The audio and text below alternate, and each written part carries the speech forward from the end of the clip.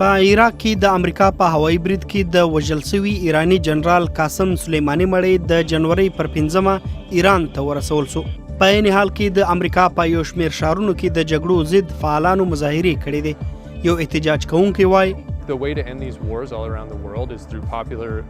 په نړۍ کې د دې جګړو د پای ته رسولو لاره دا ده چې ولس راپورته کړل شي او په زرګونه خلک کوڅو ته راوځي. دا په داسې حال کې ده چې د قاسم سلیمانی تر وژنې وروسته د امریکا او ایران ترمنځ ترنګلتیا لا زیاته شوې ده. د اسرائیل وزیر اعظم بنیامین نتنیاهو ویلي چې دا د امریکا حق و چې د ځان ساتلو لپاره یې ایرانی جنرال قاسم سلیمانی وواژه. نوموړي د جنوري پر 5 وویل چې د قاسم سلیمانی له لاسه ډیر امریکایان او نور وګړي وژل شوي وو. ایران ویلي چې د هغه د وژنې سخت غچ به اخلي. د چین په شمال ختیځ کې د یخي او واوري میله پیل شوې ده.